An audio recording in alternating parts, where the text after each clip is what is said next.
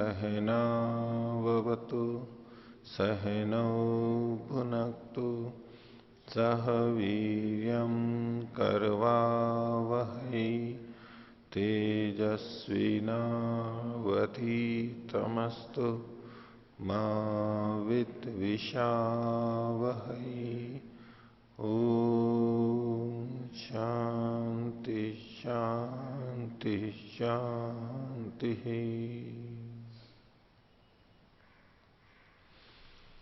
वेदांत दर्शन की 50वीं कक्षा, वेदांत दर्शन के द्वितीय अध्याय का तीसरा पाठ चल रहा है। पीछे हमने देखा था, सूत्रकार ने बताया कि आकाश की उत्पत्ति होती है, उससे संबंधित बातें बताई और सृष्टि की उत्पत्ति में क्रमशः किन किन भूतों की उत्पत्ति होती है उसको भी इन्होंने बताया। और जहां पर जल से अन्न की उत्पत्ति की बात कही, वहां भी बताया कि यहां अन्न का मतलब पृथ्वी ही लिया जाना चाहिए, वही क्रम से प्राप्त है। अधिकरण वही है, अन्य चीजें भी रूप वाली हैं वो भी वही हैं, उसी तरह की हैं। और भिन्न शब्दों से भी ये पता लगता है, यानी अन्य प्रमाणों से, शब्द प्रमाणों से भी पता लगता है कि जल से, जल के बाद में पृथ्वी उत्पन्न होती है। तो यहां तक का पाठ हुआ था। किसी को पीछे पूछना है तो पूछ सकते हैं। आचार्य जी, पृष्ठ संख्या 131, सूत्र संख्या 12 ख जी, अधिकरण रूप शब्दांतरेभ्य। हाँ जी, इसकी जो पहली व्याख्या है उसको एक बार स्पष्ट कर दीजिए। अधिकरण हो गया प्रकरण। अधिकरण रूप मतलब प्रकरणानुरूप, प्रकरण के अनुरूप, प्रकरण के अनुकूल। और वो अधिकरण या प्रकरण क्या है? सृष्टि उत्पत्ति, सृष्टि का क्रम। तो उसके अनुरूप, अधिकरण के अनुरूप शब्दांतरों से, प्रकरण के अनुरूप अन्य शब्द क्या है? तेज और आप, यानी भूतों की दृष्टि से वो ये सृष्टि क्रम के अनुरूप वहां शब्दांतर हैं, तेज और आप। तो बस उसके साथ साथ ही यहां पर अन्न का मतलब पृथ्वी लिया जाएगा, इतना हो तो। और कोई? तो आगे देखते हैं। अब परमात्मा ने इस सृष्टि को बनाया, तो ये कैसे पता लगे? शास्त्र के द्वारा कौन सा ऐसा लक्षण है जिससे ये पता लगता है कि परमात्मा ने सृष्टि को बनाया? उस कथन को, वाच्य वचन को, कि ये वचन आया, इससे पता लग जाता है कि परमात्मा ने बनाया। और परमात्मा ने इस सृष्टि को कैसे बनाया, उसका स्वरूप क्या है, लिंग क्या है कि परमात्मा ने ऐसे बनाया, ऐसे बनाया, वो अब इस सूत्र में बताया जा रहा है। 13वां सूत्र है द्वितीय अध्याय के तृतीय पाद का, और पुस्तक में पृष्ठ संख्या है 132। सूत्र है तद अभिध्यानात एवतु तल्लिंगात सह। तद अभिध्यानात, उनके पृथ्वी आदि का अभिध्यान करने से, अभिध्यान का मतलब उनको लक्षित करके संकल्प करने से, ईक्षण करने से, यही उस परमात्मा का लिंग है। और इससे पता लगता है कि उस परमात्मा ने सृष्टि बनाई तो ऐसे बनाई। उसकी सृष्टि का क्रम क्या है कि उसने परमाणुओं को पकड़ा, पकड़ के ये किया और वो किया, ये जो हम कई बार परिकल्पना करते हैं, फिर हाथ पैर की परिकल्पना करते हैं, तो हाथ पैर तो है नहीं उसके। कि परमात्मा ने सृष्टि को बनाया, मूल प्रकृति थी सत्वरस्तम, तो परमात्मा ने उनको जोड़ा तो होगा, इधर से उठा के इधर लिया होगा, इधर से लिया होगा, इसको यहां किया होगा, कुछ तो उसने क्या किया वहां पर। तो उसने अपनी शक्ति लगा लगा करके जोड़ा, क्या किया। तो उसके प्रसंग में यह कहा जाता है उसने तो बस अभिध्यान किया,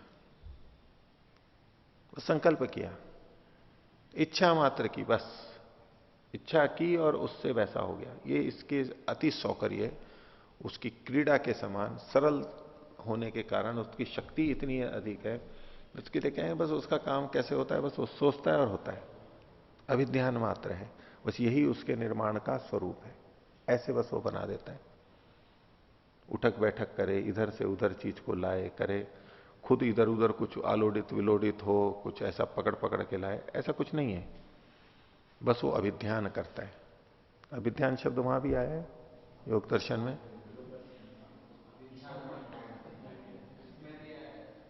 इसमें भी आया। तो उसके संकल्प मात्र से ईश्वरस्तम अनुगृहणाति अभिध्यान मात्रेण, ईश्वर प्रणिधान जिनका होता है उनको वो अभिध्यान मात्र से अनुग्रहित कर देता है, उसको जो चाहिए वो दे देता है, मिल जाता है उसको, इत्यादि जो कथन है। तो तद अभिध्यानादेव तो तल लिंगात सा, और ये लिंग शास्त्रों में मिलते हैं, यानी वो वचन शास्त्रों में संकेत हमें मिलते हैं, इससे वो सृष्टि का रचयिता है, बस यही उसका स्वरूप बनता है। कैसे बनाया उसने सृष्टि को, तो भाष्य देखिए, तेषाम पृथिव्यादीनाम भूतानाम अभिध्यानम, तद अभिध्यानात को खोल रहे हैं, तो तत् को खोल दिया इन्होंने, पृथिव्यादि भूतों को, समस्त कार्य जगत आ गया।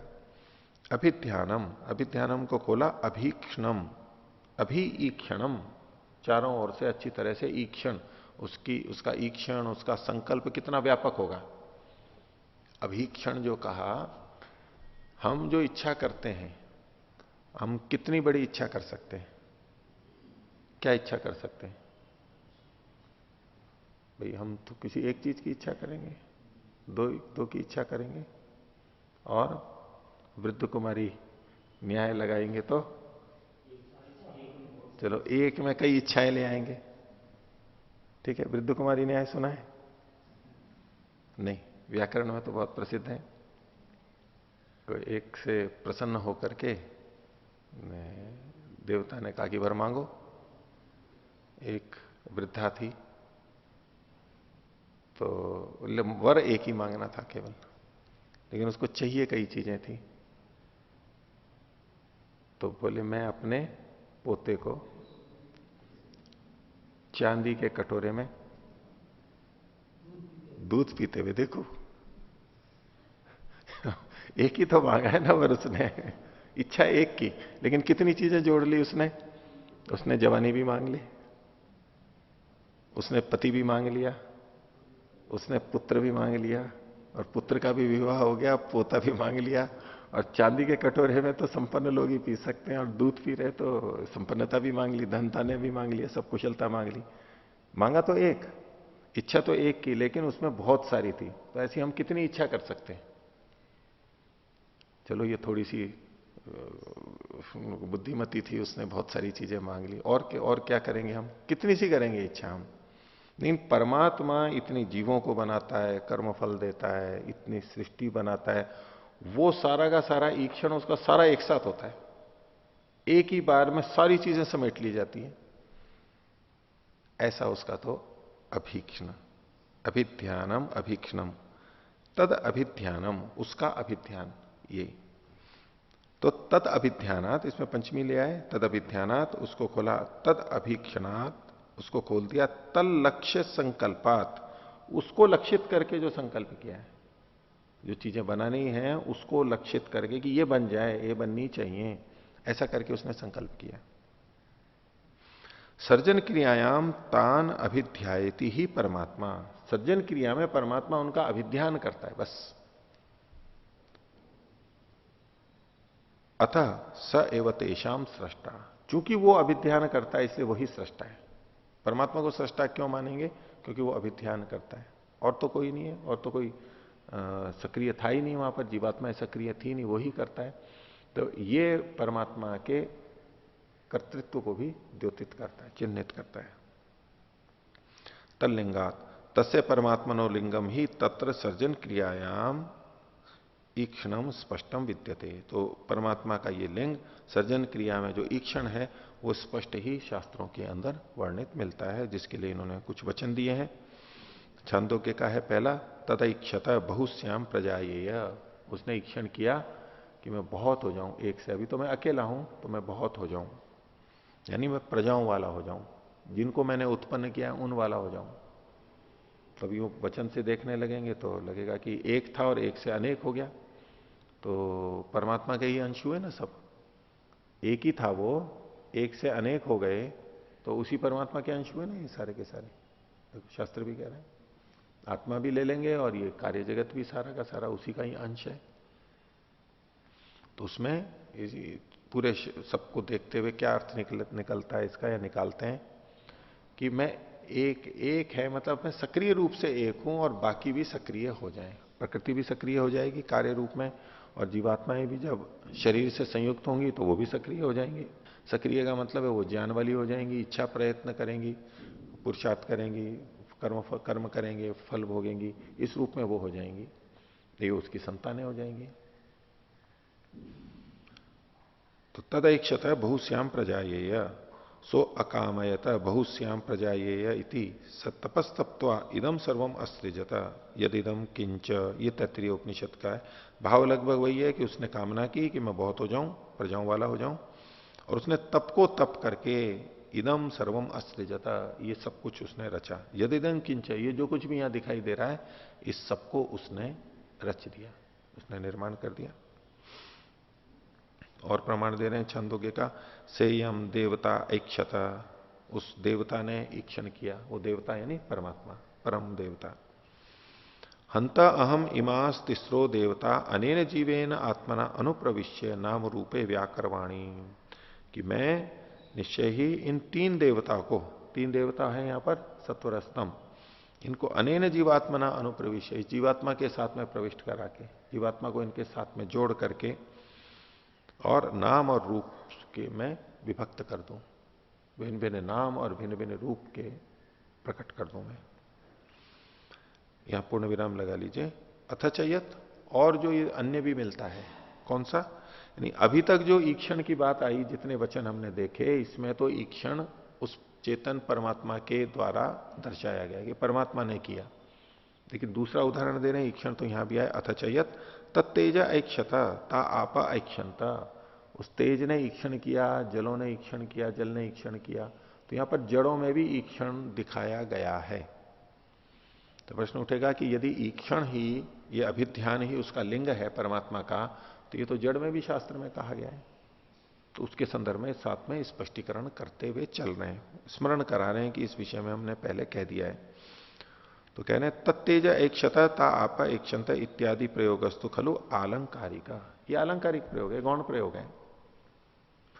कैसे, उक्तम ही पूर्वम सूत्रकार, सूत्रकार ने यानी यही व्यास जी ने पहले ये सूत्र बनाया था।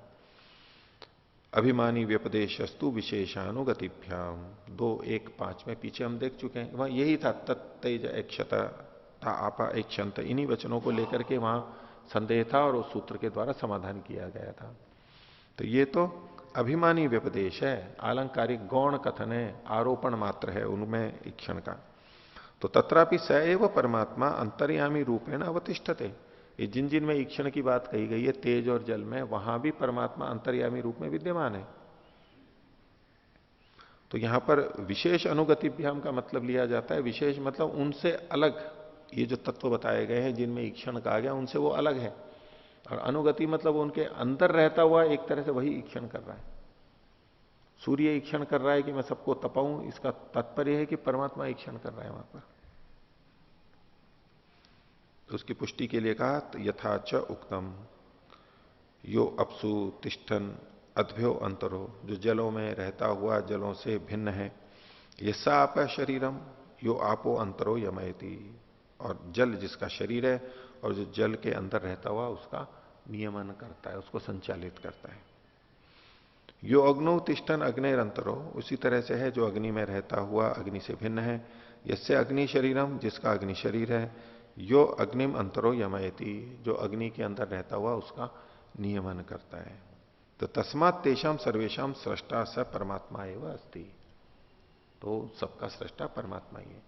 तो बार बार ये लगेगा कि भाई आप लोग कहते हैं कि फिर ये प्रकरण पहले कि परमात्मा ने ही सृष्टि को बनाया, तो शुरू में ही कह दिया था जन्माद्य से था, फिर यहां पर किया, लेकिन यहां उस सृष्टि का रचयिता बताते हुए उसका लिंग अभिध्यान ये विशेष रूप से कहा गया है।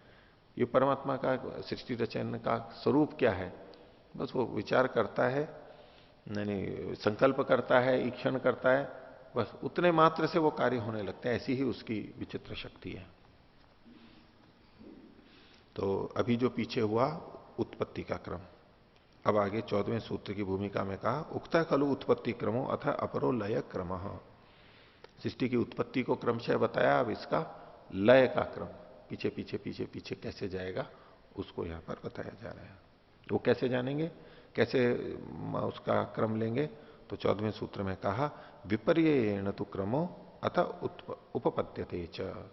विपरीत क्रम से उल्टा उसका क्रम मान लेंगे जो कि युक्ति से सिद्ध होता है, युक्ति से सिद्ध होता है और शास्त्र से सिद्ध है, उपपद्यते सिद्ध होता है। ये भाष्य अतो अस्माद उत्पत्ति क्रमात् क्रमो अपरो लय।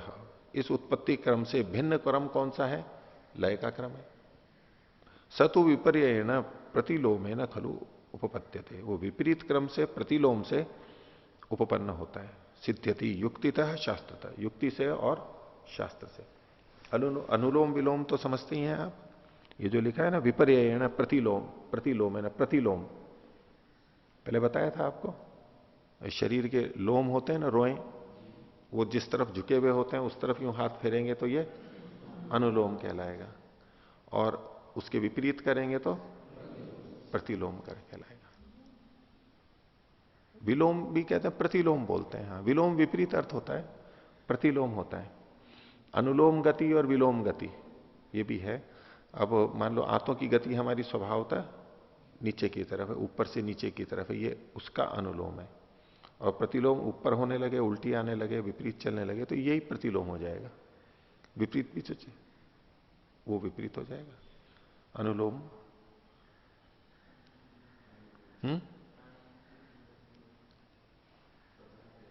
हाँ हाँ, प्राणायाम भी जो अनुलोम विलोम या अनुलोम विलोम बोलते हैं, हाँ उसको एक तरफ यूं गए तो उसके विपरीत जब आते हैं, विपरीत जो है। तो वैसे तो लोम मतलब रोए से संबंधित है, लेकिन योग रूट कह लीजिए, उससे फिर यहां पर भी इस तरह का प्रयोग होने लग गया। और वैसे नाक के रोए की दृष्टि से देखे तो विपरीत लगेगा वो। नाक के रोए तो नीचे की तरफ रहते हैं ना, इधर से यूं लेंगे तो क्या कहेंगे उसको? ये विलोम होगा और ये अनुलोम होगा, और इधर से फिर लेंगे फिर ये विलोम होगा और ये फिर वो तो अलग क्रम बन जाएगा। वहां उस रोए की तरह से नहीं देखा जा रहा है, लोम की, बाल की तरह से नहीं देखा जा रहा। तो विपर्येण प्रतिलोमेन खलु उपपद्यते सिद्ध्यति, दो तरह से सिद्ध होता है, युक्तितः शास्त्रतश्च। पहले युक्ति से सिद्ध कर बताएंगे कि युक्तितस्तावत, युक्ति से कैसे सिद्ध होता है। तो सोपान से आरोहणम ये न क्रमेण क्रियते तद विपरीते न प्रतिलोमेन किल तस्य अवरोहण क्रियते। एक युक्ति की, सीढ़ी से चढ़ते तो चढ़ते समय जिस क्रम से हम जाते हैं, अब उतरेंगे तो उसके विपरीत क्रम से ही तो आएंगे, 1 2 3 15, और 15 से 14 13 ऐसे नीचे नीचे आएंगे। तो ऐसी सृष्टि की उत्पत्ति हुई है तो प्रलय भी ऐसे ही होगा। युक्ति दे रहे हैं। इति लोके दृश्यते ही, लोक में देखा जाता है। दूसरा उदाहरण दे रहे हैं, तथा कार्पासांशुभ्य तंतव, कपास के छोटे छोटे अंशों से तंतु बनेंगे। तंतुभ्य सूत्राणी, तंतुओं से धागे बनेंगे। सूत्राणी निर्मीयन्ते, सूत्रेभ्यो वस्त्रम निष्पत्यते, और धागों से कपड़ा बनता है। निचार का क्रम बताया, विपरीत करेंगे। इत्येष वस्त्र से उत्पत्ति क्रम, ये उत्पत्ति का क्रम है। तद वैपरीत्येन तस्य वस्त्र से लय क्रमो नाश क्रम उपलभ्यते, विपरीत क्रम से नाश हो जाएगा। कैसे? यद वस्त्र विनाशात सूत्राणी शिष्यन्ते, कपड़ा नष्ट होगा तो धागे बच जाएंगे। सूत्र विनाशात तंतु अतिरिच्यन्ते, धागों को भी नष्ट करेंगे तो उसके रेशे बच जाएंगे। और तंतु विनाशात कार्पासांश वो अवतिष्ठन्ते, उसके रेशे समाप्त हो गए तो कपास के छोटे छोटे खंड बच जाएंगे। इति वस्त्र से लय क्रम तदुत्पाद क्रम वैपरीत्येन, तो लय क्रम क्या होता है? उत्पत्ति के विपरीत वाला होता है। तो इसलिए सूत्र में कहा था विपर्येण तो क्रमो, विपर्य से उसको लगा लेंगे। तद्वत अत्रापि पृथ्वी अपसूलीयते, पृथ्वी जल में लीन होती है।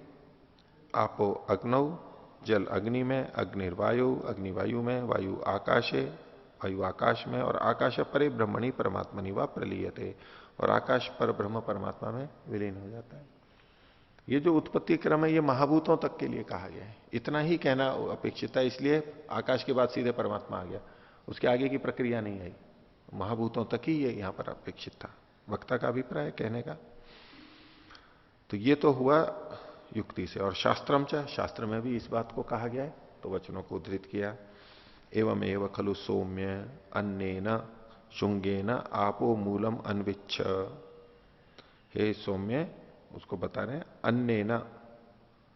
अन्नेन, अन्न कौन मतलब है, तो कोष्टक में का पृथ्वी स्थानीय है ना, अन्न का मतलब पृथ्वी स्थानीय। अब यहां जो हम पीछे भी देख करके आए थे कि आपा से अन्न की उत्पत्ति की, तो अन्न मतलब तो ये यवादी है वो नहीं, पृथ्वी का ग्रहण है। इससे भी देखो पता लगता है कि अन्न का मतलब पृथ्वी है। अन्न का जो कारण है उसको अन्न के रूप में कह दिया गया। पृथ्वी कारण है, अन्न कार्य है, धान आदि जो है वो कार्य है। तो कई बार कारण को कार्य के नाम से भी कह दिया जाता है। ये तो कथन में ऐसा प्रयोग देखा जाता है भाषा में। तो एवं एवं खलु सौम्य अन्नेन शुंगेन, अन्न रूपी अंकुर से आपो मूलम अन्विच्छ, जल रूपी जड़ को खोजे ढूंढे। शुंग कहते हैं अंकुर को, ऊपर जो निकलता है अंकुर फूटता है, तो अंकुर को देख करके जड़ तक पहुंच जाते हैं। अब हमें किसी पौधे की जड़ लेनी हो तो कैसे पहुंचेंगे हम उस तक, हम उसके अंकुर पे देखते हैं, बाहर ऊपर पौधा उगा हुआ है, उसको देख के फिर नीचे जड़ पे पहुंच जाते हैं, अंकुर से जड़ तक पहुंच जाते हैं, कार्य से कारण तक पहुंच जाते हैं। तो अन्न इस शुंग के द्वारा, पृथ्वी रूपी शुंग के द्वारा मूलम, जल के मूल को ढूंढे।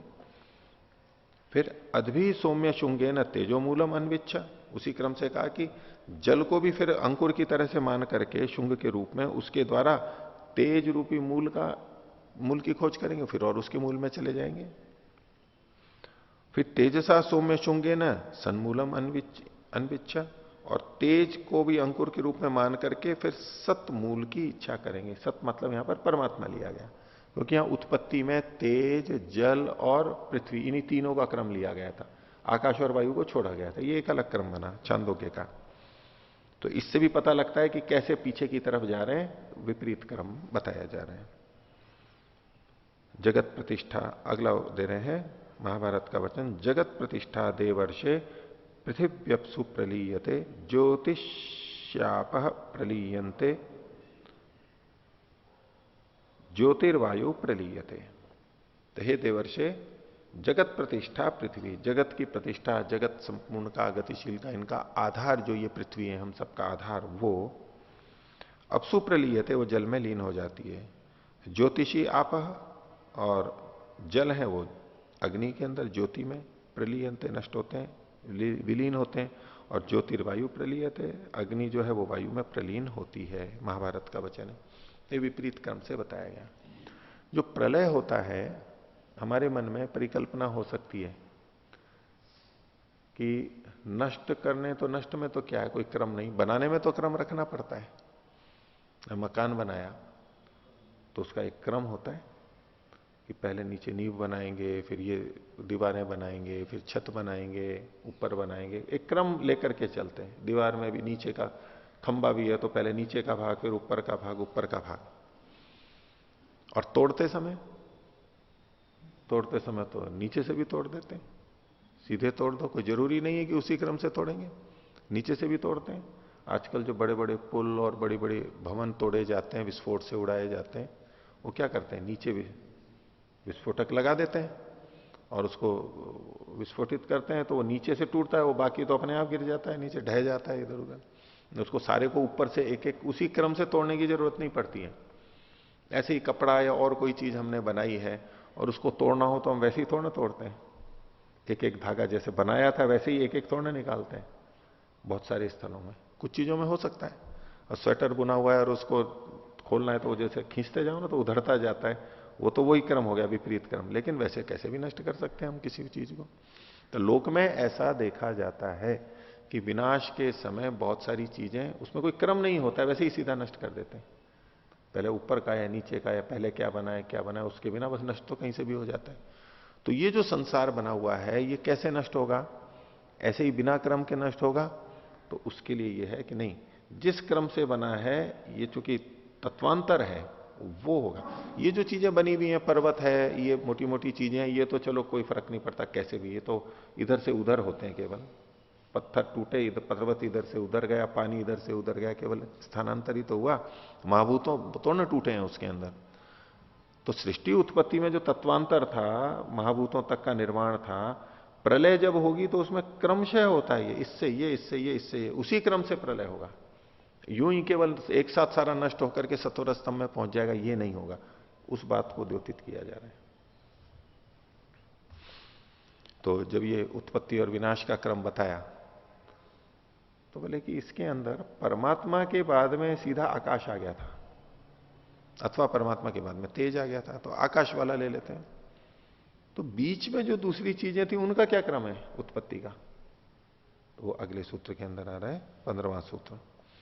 अंतरा विज्ञान मनसी क्रमेण तल्लिंगात इति चेत न अविशेषात। अंतरा मतलब बीच में, किनके बीच में? आत्मा यानी परमात्मा और आकाश के बीच में। विज्ञान मनसी क्रमेण, विज्ञान और मन ये क्रम से चलते हैं। अविज्ञान और मन के दो तरह से अलग अलग अर्थ करते हैं फिर व्याख्याकार। यहां तो विज्ञान का मतलब ज्ञानेन्द्रियां किया गया, इंद्रियां किया गया। वैसे ज्ञानेन्द्रियां विज्ञान से जुड़ा हुआ है इसलिए, लेकिन व्यापक करेंगे तो चलो सारी इंद्रियां ले ली, तो ज्ञानेन्द्रिया और मनसी से मन का ग्रहण किया इन्होंने।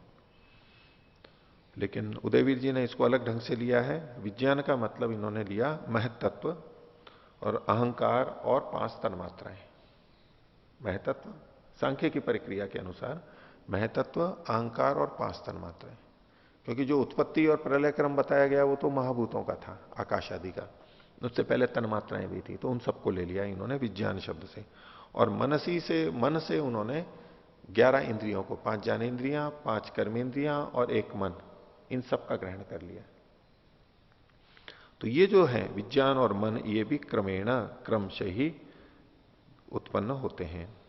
क्रमेण तल्लिंगात, उनका भी वहां पर सृष्टि प्रतिपादक वाक्यों से, तल्लिंग मतलब शास्त्रों में इस तरह का उल्लेख मिलता है, उसी से पता लग जाता है। तो इनमें, इनके क्रम में कोई विरोध नहीं है। जहां परमात्मा से आकाश और फिर वायु आदि की उत्पत्ति बताई, उस क्रम का इस क्रम से जहां पर कि इनका भी वर्णन है, उससे कोई विरोध नहीं है, सूत्रकार कहना चाह रहे हैं। अंतरा विज्ञान मनसी क्रमेण, इनमें क्रम से विरोध नहीं है। तल्लिंगात, शास्त्र में प्रतिपादन होने से। इनका कोई कहे कि नहीं विरोध है तो इति चेत, ऐसा अगर कोई कहे तो न अविशेषात, इसमें कोई विरोध नहीं है, ये तो समान ही प्रक्रिया है। भाष्य देखिए, आकाशादि भूतानाम उत्पत्ति प्रलय अनुलोम प्रतिलोम क्रमाभ्याम निर्णित। आकाशादि भूतों की उत्पत्ति और प्रलय का क्रम अनुलोम और विलोम, इस क्रम से बताया गया।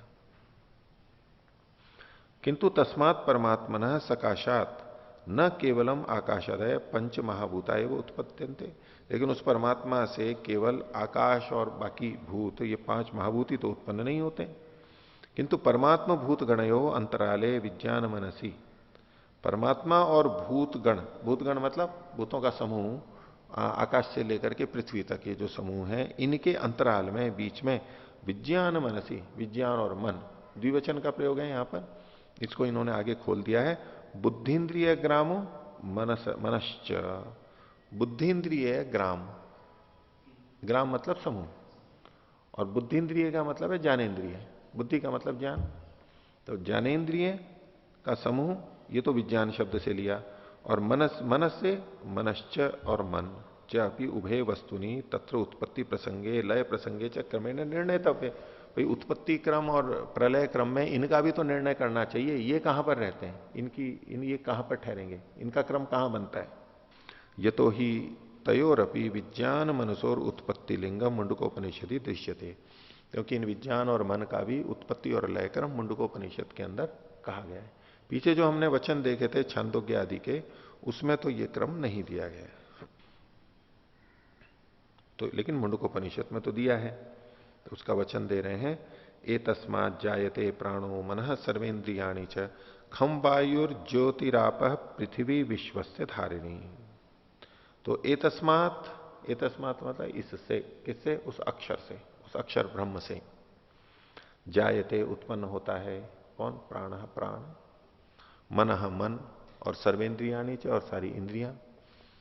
अगली पंक्ति में जो कहा वो तो पांच महाभूति हैं, खम, वायु, ज्योति, आपह, पृथ्वी, विश्व से धारणी, सारे विश्व को धारण करने वाली पृथ्वी। तो पांच महाभूतों का तो अगली पंक्ति में, दूसरी पंक्ति में वर्णन किया, लेकिन प्राण, मन और सर्वेंद्रियां, सारी इंद्रियां, ये तो यहां पर अतिरिक्त आया, उससे अतिरिक्त आया। तो बोले ये भी क्रम मिलता है हमारे को, उससे विरोध आता है ऐसा कोई कहे। इति चेत न अविशेषा, अति चेत उच्चेता, यदि कोई ऐसा कहे तो तरही न तयोर विषय पृथंग निर्णयतव्यम, इसके विषय में अलग से निर्णय या परिकल्पना करने की आवश्यकता नहीं है, वो तो उसके अंतर्गत ही आ जाएगा। कैसे? होता अविशेषात, अविशेष होने से, इसी को खोल दिया अभेदात, इनमें भेद न होने से, इसी को खोल दिया अविरोधात, वा अथवा इनमें परस्पर विरोध नहीं है, कोई अतिरिक्त बात नहीं है, कोई भेद नहीं, अभेद है, और भिन्नता भी हो तो कहे कि विरोध तो नहीं है इनमें। भिन्नता तो कोई कह सकता है, एक भिन्नता ये होती है कि वहां पर केवल भूतों का वर्णन किया गया, यहां पर प्राण, मन और इंद्रियों का भी वर्णन किया, बोले ये भेद है ना, भिन्नता है ना, या अतिरिक्त चीजों का वर्णन किया गया। तो भेद का मतलब वैसे तो होता है विरोध की दृष्टि से, इसलिए इन्होंने अभेद को फिर खोल दिया अविरोधात। भी ठीक है, ये अतिरिक्त वर्णन है, इसका मतलब उसमें परस्पर विरोध नहीं है, अविरोध। तत्र मुंडक वचने बाह्याभ्यंतर सृष्टि पदार्थानाम उल्लेख मात्रम एवं अभीष्टम। मुंडक उपनिषद में जो वर्णन किया है, इसमें बाह्य और आभ्यंतर दोनों प्रकार की सृष्टि का उल्लेख किया गया है, क्योंकि प्राण, मन और इंद्रियां ये आभ्यंतर सृष्टि है, यानी हमारे शरीर के अंदर रहती है, और भूतों की सृष्टि है, ये बाहर की सृष्टि है, स्थूल सृष्टि है। तो यहां आभ्यंतर और बाह्य दोनों सृष्टियों का वर्णन किया गया। जो पीछे के वर्णन थे दूसरे, आकाश आदि का वर्णन था पृथ्वी पर्यंत, वो बाह्य सृष्टि का वर्णन था, और ये बाह्य और आभ्यंतर दोनों का वर्णन है इसमें। तत्र क्रम विचार से न आवश्यकता, इसमें क्रम के विचार की आवश्यकता नहीं है, वो यथा योग्य स्थान पे लग जाएगा। अब जो इन्होंने आगे लिखा है वो विचारणीय है। देखिए, यह तो इनके क्रम विचार की क्यों आवश्यकता नहीं है, तो उसके लिए कारण बता रहे हैं। यह तो बाह्यम आभ्यंतरम व सर्वम वस्तु जातम भौतिकम एवं, जो बाहर और अंदर की जितनी वस्तुएं वो सारी भौतिक ही तो है। शरीर के बाहर देख लो चाहे शरीर के अंदर देख लो, सारी चीजें भौतिक ही तो है। ये आंतें देख लो, हृदय देख लो, अंदर का जो भी है वो सब भौतिक ही तो है। शरीर को बाहर से भी देख लो तो भी भौतिक है, अंदर से देख लो तो भी भौतिक है, हड्डियां हैं और हैं, भौतिक ही तो है। पर यहां जो अंदर रूप में जो कहा गया, ऐसे ही सिर मत हिलाओ श्यामानंद जी, बाहर और अंदर का एक ही जैसा है? नहीं है। क्यों नहीं है? वो भी भौतिक है, अंदर का भी, बाहर भी भौतिक है। अंदर का भौतिक नहीं है, हड्डियां भौतिक नहीं है, तो बस, तो अंदर और बाहर दोनों भौतिक हो गए। तो अंदर का मतलब क्या था? प्राण, मन और इंद्रियां, विज्ञान मनसी जो सूत्र में कहा गया था, वो अंदर के हैं, तो वो भौतिक है क्या? भौतिक है क्या? जड़ नहीं है क्या? वो भी तो जड़ ही है, जड़ ही तो है। तो कई बार लोग बोल भी देते हैं ऐसा कि बोले मन तो भौतिक है, जड़ के अर्थ में भौतिक शब्द का प्रयोग कर देते हैं। मन तो भौतिक पदार्थ है, तो अपने आप चल नहीं सकता, तो भौतिक की जगह पे उनको बोलना चाहिए जड़ है, क्योंकि भौतिक और जड़ में तो अंतर है ना। कैसे अंतर है? क्या भौतिक जड़ नहीं होता है? जो वो जड़ नहीं होता है क्या? नहीं, तो जड़ नहीं होता है क्या? भौतिक जड़ होता है ना, तो एक ही बात तो हुई। क्या अंतर है भाई? जो भौतिक है वो जड़ नहीं होता है? दोनों जड़ हैं। दोनों कौन? हाँ, भौतिक और अभौतिक दोनों जड़ है। तो भौतिक का मतलब, भौतिक तो जड़ है, लेकिन हर जड़ भौतिक नहीं है। जो जो भौतिक है वो सारा जड़ है, भूत जितने हैं वो जड़ हैं, लेकिन जो जो जड़ है वो सारा का सारा भौतिक नहीं है, वो अभौतिक भी होता है, अहंकारिक होता है वो। तो ठीक है, तो उस दृष्टि से ये वचन जो है कुछ और अभिप्राय से लिखा गया हो, क्या भौतिकमेव की जगह पे जड़मेव कह सकते हैं। या तो जो भी बाहर और अंदर का है, सारी वस्तुएं वो जड़ ही है, उनकी उत्पत्ति का क्रम हम निर्माण कर सकते हैं, देख सकते हैं। जिस तरह से ये भूत उत्पन्न हुए हैं, जड़ हैं, उत्पन्न होते हैं, ये भी उत्पन्न होते हैं, कार्य द्रव्य में क्रम उसी क्रम से ले लेंगे। आगे कहते हैं भूताश्चते पंचाकाशादय। भूत कौन से? पांच आकाशादि हैं। तेषाम उत्पत्ति लय कमऊ निर्णित, उनके उत्पत्ति और लय का तो निर्णय हम पहले कर चुके हैं।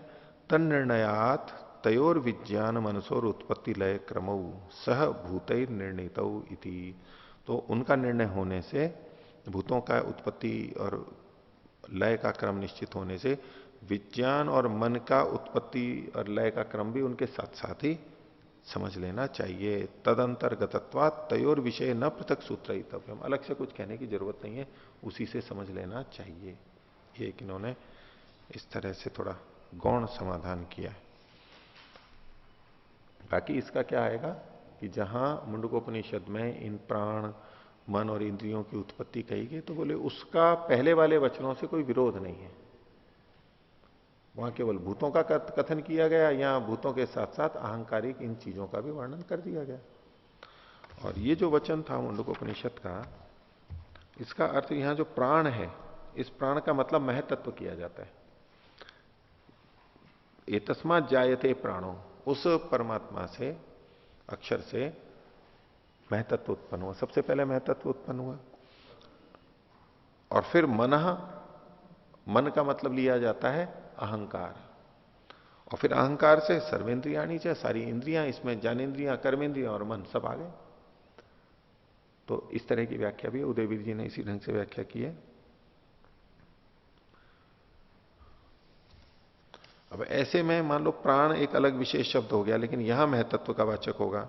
और मन एक अलग तत्व है, वैसे तो अंतःकरण है, लेकिन यहां पर अहंकार का वाचक हो जाता है।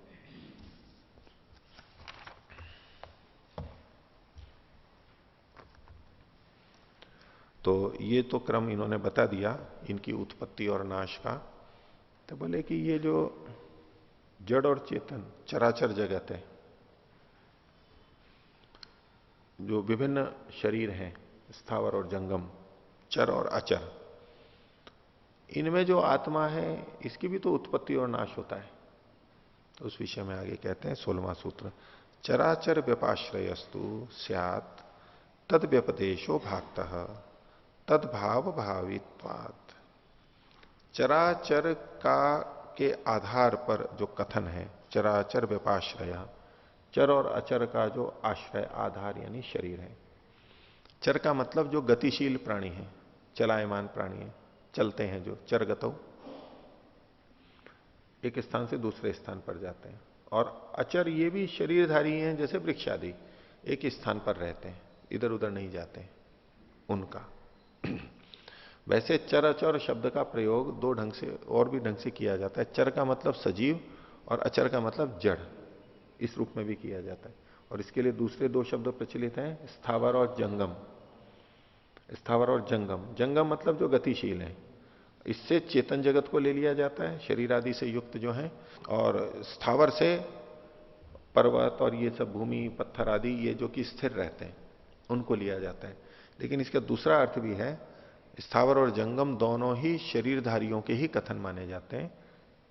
जैसे कि चर अचर का किया था, स्थावर मतलब वृक्ष आदि जो स्थिर रहते हैं लेकिन है चेतन, और जंगम मतलब जो गतिशील है, चलते फिरते हैं वो। तो दोनों तरह से अर्थ किए जाते हैं प्रसंग के अनुसार। स्थावर का मतलब वृक्ष आदि भी लिया जाता है और पर्वत आदि भी लिया जाता है, यहां पर वृक्ष आदि लिया है। तो जंगम स्थावर शरीराश्रयस्तु, जंगम और स्थावर शरीरों का आश्रय, स उत्पत्ति प्रलय व्यपदेशो, और उत्पत्ति और प्रलय का जो कथन है उनका, जन्म मरण व्यपदेशो, उत्पत्ति और प्रलय क्या होगा उनका, जन्म और मरण होगा। वो भाक्तो गौण स्यात्, वो तो भाक्त यानी गौण कथन होगा। इनका जो आश्रय आत्मा है उसका जन्म और मरण गौण ही कथन होगा। न ही जंगम स्थावर शरीर वर्तिनो जीवस्य उत्पत्ति विनाशो भवतः, जंगम और स्थावर शरीरवर्ती जो जीव है उसकी उत्पत्ति और नाश तो होते ही नहीं है। उक्तम ही, जैसा कि शास्त्र में कहा गया है, अजो नित्य है शाश्वतो अयम पुराणो न हन्यते हन्यमाने शरीरे, कठोपनिषद। ये जो आत्मा है ये अजय है, उत्पन्न नहीं होता है, नित्य है, सदा रहने वाला है, शाश्वत है, सतत विद्यमान है, पुराण है, बहुत पहले से है, यानी सदा से है, सनातन है, न हन्यते हन्यमाने शरीरे, शरीर के मारे जाते हुए वो नहीं मारा जाता, नष्ट नहीं होता। और कहा आगे, अस्य सौम्य महतो वृक्ष से यो मूले अभ्याहन्यात। हे सौम्य, इस महान वृक्ष के मूल में जो आघात करे, मूल में महान कोई बड़ा वृक्ष हो, उसकी जड़ को काट दे तो पूरा पेड़ सूख जाएगा, ऐसे। अब इन्होंने बिंदु बिंदु लगा दिया, छोड़ दिया है, इसको संकेत कर रहे हैं केवल। यदेकाम शाखाम जीवो जहाती, जो जीव एक शाखा को छोड़ता है, जिस शाखा को छोड़ता है तो वो शाखा सूख जाती है। फिर बिंदु बिंदु दिया, छोड़ दिया। फिर सर्वः शुष्यति, और सब कुछ भी सूख जाता है। अगर वो सारे को छोड़ दे तो सारा सूख जाएगा, पूरा पेड़ सूख जाएगा। यहां भी एक अलग हो गया। फिर एक अगला वचन शुरू हो रहा है, जीवापेतम वावक किल इदम म्रियते। सर्व शुष्यति के बाद या तो अल्प विराम लगा लीजिए।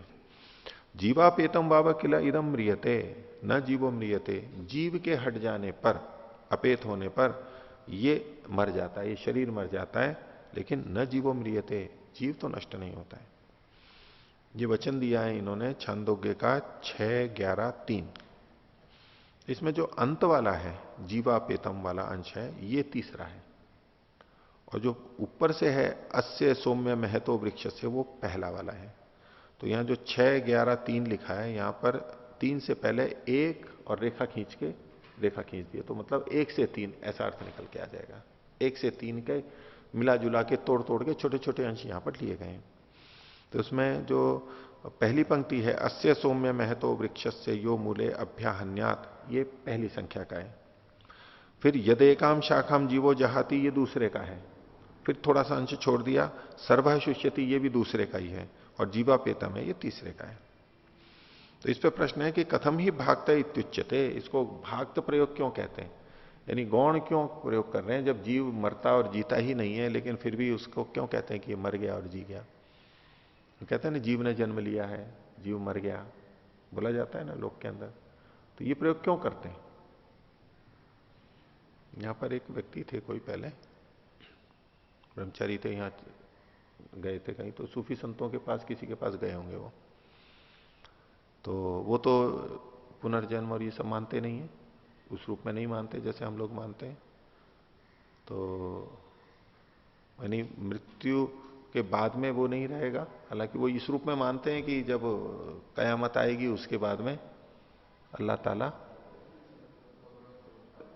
इंसाफ करेगा और फिर जन्नत और जहन्नुम, दोजख, वो प्राप्त होंगे और उत्पन्न होता है ये इस तरह से। तो बोले ये लोग अपने कहते हैं कि आत्मा नित्य है, लेकिन साथ में बोलते हैं ना कि देखो आत्मा का जन्म हो गया, आत्मा का मरण हो गया, ये सब भी तो बोलते हैं। इनके बोलने से ही पता लगता है कि ये आत्मा को पहले नहीं मानते।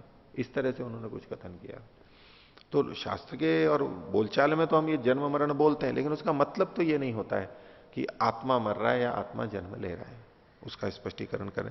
तो बोले आत्मा में ये जन्म मरण का कथन क्यों किया जाता है, ये भागत प्रयोग क्यों हो जाता है।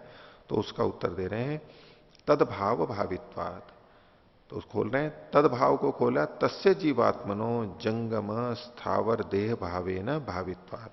ये जीवात्मा का तो उसके भाव में भावित होने से, उसके किसके, उससे जीवात्मा का भाव, यानी तो देह भाव के रूप में, चाहे वो स्थावर देह हो चाहे जंगम देह हो, उस भाव में भावित होने से, क्योंकि वो उस रूप में वहां पर आ जाता है, उसमें स्थिर हो जाता है। भावित्वात को खोल रहे हैं, वर्तमानत्वात विद्यमानत्वात, शरीर में विद्यमान होने के कारण से यह कथन हो जाता है, वर्तमानत्वात। इसी को आगे खोल दिया, प्रवर्तमानत्वात, वहां आकर के वो गतियां करता है, इसलिए उसका जन्म कह दिया जाता है। यथाच उक्तम, जैसा कि कहा गया है, इसी बात की पुष्टि कर रहे हैं। सवा अयम पुरुषो जायमान शरीरम अभिसंपद्यमान स उत्क्रामन म्रियमाण।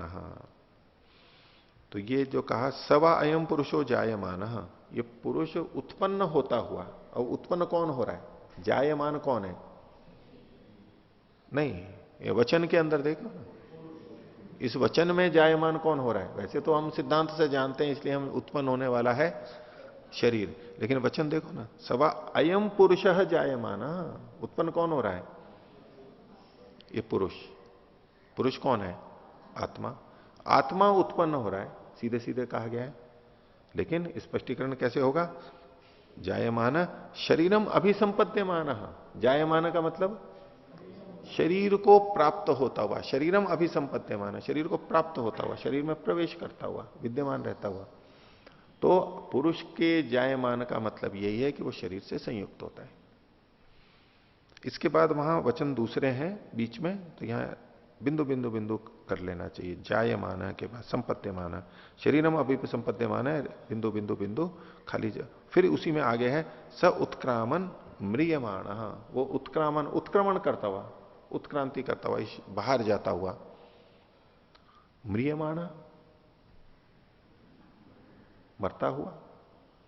तो उत्पन्न होता हुआ में क्या कहा था? शरीरम अपनी संपद्यमान, और म्रियमाण मरता हुआ क्या हुआ? वो उत्क्रामन, यहां से बाहर जाता हुआ। तो कहां से उत्क्रमण करेगा? शरीर से। लिखा हुआ तो नहीं है यहां पर, लेकिन पीछे जो कहा था जायमान शरीरम अभिसंपद्यमान, शरीर में प्रवेश करता हुआ, शरीर की ओर जाता हुआ, शरीर बनता हुआ। तो उत्क्रामन का मतलब शरीरात उत्क्रामन, ये स्वतः वहां से निकल के आएगा, भले ही शब्द नहीं कहा गया है। बृहदारण्य तस्मात न जीवात्मा न उत्पत्ति विनाशो भवता, इसलिए जीवात्मा के उत्पत्ति विनाश नहीं होते। सतु नित्यो अजन्मा अमृतश्चयति, तो नित्य अजन्मा और अमृत है। अनेन सूत्रेण जीव से नित्यत्व सिद्ध्यति, जीव की नित्यता सिद्ध होती है। सूत्रकार व्यास मुनि जी वेदांत दर्शन ब्रह्मसूत्र जीव को नित्य मानते हैं, और पुष्टि में शास्त्र के प्रमाण है, उपनिषद के प्रमाण दिए गए, नित्य मानते हैं। यच्च नवीन वेदांते जीव कल्पना मिथ्या सा अनेन निराकृता भवती, तो नवीन वेदांत में जो जीव की कल्पना की गई है, उसमें जीव की कल्पना क्या है? जीव उत्पन्न होता है ना, जीव उत्पन्न होता है। तो वो, क्योंकि जीव वास्तव में तो है नहीं कुछ, तो जीव उत्पन्न जो होता है, जो कल्पना की गई है, वो इससे निराकृत होती है, वो मिथ्या होती है।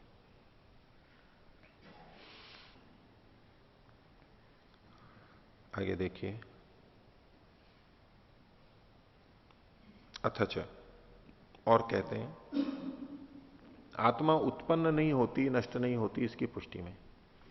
अब वैसे तो ये सिद्धांत तो हमारे को सबको स्पष्ट है ही, हम स्वीकार ही करते हैं, स्वीकार कर चुके हैं कि आत्मा उत्पन्न और नष्ट नहीं होता है। लेकिन फिर भी ये चर्चा चल रही है, हमें लगे भाई ये तो सारी वही वही बातें आ रही हैं। लेकिन शास्त्रों के वचनों को देते हुए, पुष्टि देते हुए चर्चा चलाई जा रही है। जिनको ये नहीं पता है उनको तो ये दर्शन पढ़ते हुए पता लगेगा ही, जो नहीं जानते हमारे को पहले से वैसे पता है। लेकिन इससे शास्त्र की विवेचना और शास्त्रों में जो वचन आए हैं उनकी संगति, कैसे इसका अर्थ निकालेंगे, भिन्न अर्थ क्यों नहीं ले सकते, वो सब। और हम मानते हैं कि जीव उत्पन्न और नष्ट नहीं होता, लेकिन फिर कोई वचन लेकर के आ जाए उपनिषद आदि का कि देखो यहां तो ये लिखा हुआ है, तो उसका समाधान कैसे? इन सब विवेचनाओं से हमें उनके समाधान सामंजस्य का अभ्यास होता है। अथच, और कह रहे हैं न आत्मा, आत्मा न उत्पन्न होता है न नष्ट होता है। अश्रुते है, उसके नष्ट होने उत्पत्ति की श्रुति नहीं है, कोई वचन नहीं मिलता है। नित्यत्वाच्च ताभ्य, और उनके उन श्रुतियों से उसके नित्य सिद्ध होने से, उसमें नित्यता का भी स्पष्ट कथन किया गया। एक तो यह कहा कि उसके उत्पत्ति और विनाश की अश्रुति है, जीवात्मा उत्पन्न होता है नष्ट होता है इसकी कोई श्रुति नहीं मिल रही, एक तो ये बात हुई। दूसरा, नित्यता की भी श्रुति मिली, उन्हीं श्रुतियों से उसकी नित्यता भी सिद्ध होती है, और नित्यता सिद्ध हुई तो इसका मतलब उत्पत्ति और विनाश नहीं होती। दो ढंग से बात को कहा जा रहा है। भाष्य, न आत्मा, आत्मा अर्थात जीवात्मा न ही उत्पद्यते न ही विनश्यति, इसी को खोल दिया। जीवात्मा न उत्पत्ति प्रलयो न भवता, उत्पत्ति विनाश नहीं होते हैं। कुतः, क्या कारण है, कैसे? अश्रुते है तद विषयक श्रुति वचन अभावात, इससे संबंधित श्रुति वचन का अभाव है, कोई मिलती ही नहीं है। न ही केवलम एतावदेव यत तद विषय श्रुतिर्नास्ति, भाई इतना ही नहीं है कि उसके उत्पत्ति और नाश की कोई श्रुति नहीं मिलती है, वचन नहीं मिल रहा है, अपितु लेकिन ताभ्य नित्यत्वाच, ताभ्य है, ताभ्य को खोल दिया श्रुतिभ्य, उन श्रुतियों से वचनों से, तस्य जीवात्मनो नित्यत्वम स्पष्टते, उसकी नित्यता स्पष्ट प्रतीत होती है।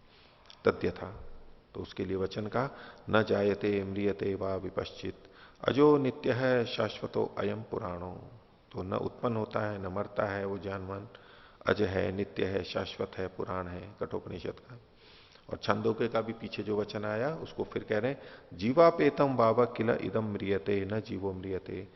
जीव से अलग होने पर ये शरीर मरता है, न कि जीव मरता है। तो ये भाष्य हो गया इसका।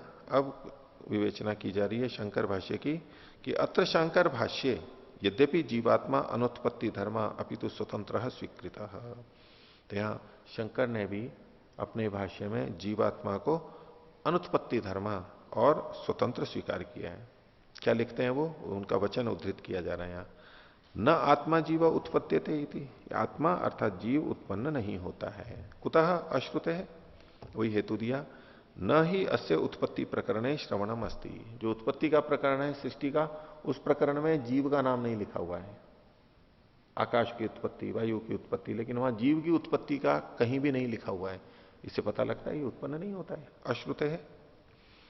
नित्यत्वम ही अस्य श्रुतिभ्यो अवगम्यते, और ये जो कहा नित्यत्वाच्यताभ्य, तो श्रुतियों से, शास्त्र वचनों से उसका नित्यत्व भी जाना जाता है। तो ताह कहा श्रुत है, वो कौन सी श्रुतियां हैं, तो बोले न जीवो म्रियते, छांदोग्य का वचन दिया है शंकर भाष्य में, जीव मरता नहीं है। तो ये तो शंकर भाष्य हो गया। अब इस पे ये टिप्पणी कर रहे हैं, इत्थम जीवात्मानम नित्यम मन्यमानोपि, इस प्रकार जीवात्मा का नित्यत्व मानते हुए भी शंकर स्वामी पुनः तत्सत्ताम ब्रह्मणो भिन्नाम न स्वीकरोति, उसको नित्य भी मानते हैं, लेकिन ब्रह्म से भिन्न जीवात्मा की सत्ता को भी नहीं स्वीकार करते। जब वो नित्य है तो ब्रह्म से भिन्न ही है। जब जीव नाम के तत्व को अलग से नित्य कहा जा रहा है तो ब्रह्म से भिन्न सत्ता वाला ही होगा। यम जीवात्मानम सूत्रकारो नित्यम मनुते, सूत्रकार जिस जीवात्मा को नित्य मानता है। और श्रुतिस्तु यो अजो नित्यश्च गीयते, और श्रुतिषु च, और श्रुतियों में, शास्त्र वचनों में जिसको अज और नित्य गाया जाता है, यानी बार बार पुकारा जाता है कि यही है, अजय है, नित्य है। और स्वयं अपनी यम आचार्य शंकरो न आदिम अंगी चकार, और स्वयं आचार्य शंकर ने भी जिसको, यमाचार्य मतलब यम आचार्य शंकर है, जिसको, जिस आत्मा को आचार्य शंकर ने भी न आदिम अंगी चकार है, कि ये आदि का है। हाँ, शंकरो अनादिम अंगी चकार है, हाँ, जिसको उसने अनादि अंगी चकार ने मतलब स्वीकार किया है। पुनस्तैव सत्ताम ब्रह्म भिन्नाम अनंगी कुर्वन, और फिर उसी जीव की सत्ता को ब्रह्म से भिन्न स्वीकार न करते हुए तस्य सत्ता में वो विलोपयन, और फिर उसकी जीव की स्वतंत्र सत्ता का ही खंडन करता हुआ आचार्य शंकरो न आत्मानम पुपोष, उन्होंने न तो अपनी पुष्टि की ऐसा करते हुए, न सूत्रकारम, न सूत्रकार की पुष्टि की, और ना भी भगवतीम श्रुतिम, और न ही भगवती श्रुति की पुष्टि की है। किसी की पुष्टि नहीं की है, ये जो अभेद सिद्ध कर दिया है, जब अपने भी वचन से विरुद्ध हो गए और इनसे भी विरुद्ध हो गए। इति बुधा सम्यक निभालयद्दु, तो जो जानकार लोग हैं वो इसको अच्छी प्रकार से समझ लें, जान लें, ध्यान कर लें कि देखो उन्होंने ऐसा किया है।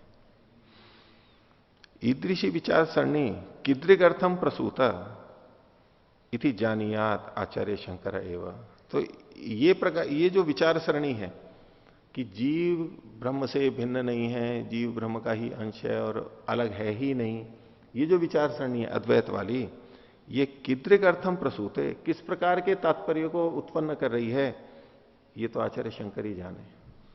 इससे निकला क्या, ऐसा करके निकाल क्या लिया आपने, जब शास्त्र वचन कह रहे हैं, ये कह रहे हैं, इसको करके निकला क्या, तात्पर्य क्या निकला, प्रयोजन क्या सिद्ध हुआ विपरीत बात कह के, ये तो आचार्य शंकर ही जाने। प्रत्यक्षम तो खलु इदम एव लभ्यते यज्जीव विषयकम शंकर मतम वेदांत दर्शन विरुद्धम, लेकिन प्रत्यक्ष तो यही उपलब्ध होता है कि जो जीव विषयक शंकर का मत है, शंकर मत है, वो वेदांत दर्शन के विपरीत है। तो ये प्रत्यक्ष कैसे उपलब्ध होता है, शास्त्रों में, मतलब ये वचनों के अंदर प्रत्यक्ष, वैसे प्रत्यक्ष नहीं इंद्रिय गम में, लेकिन शास्त्रों के जो प्रत्यक्ष वचन दिखाई दे रहे हैं उससे तो यही सिद्ध हो रहा है कि इनकी जो मान्यता है ये वेदांत दर्शन की नहीं है, ब्रह्मसूत्रों की ये मान्यता नहीं है। इन्होंने इस तरह की व्याख्याएं की हैं, अपना जो उन्होंने मान्यता बनाई थी भिन्न किसी प्रयोजन से, और उसके आधार पर ही उन्होंने उस तरह का प्रचलित किया और वेदांत दर्शन से ब्रह्म सूत्र से उसी तरह के अर्थों को निकाला। और उसके बाद के भी जो हैं द्वैत, अद्वैत, अद्वैत, विशिष्टाद्वैत, उन्होंने भी सबने इन्हीं सूत्रों से उस सबको निकाला है। तो ये सारा का सारा हुआ। तो आत्मा तो नित्य है। ठीक है, किन्हीं को पूछना है तो पाठ इतना ही रखते हैं। चलिए, प्रणव तो नहीं।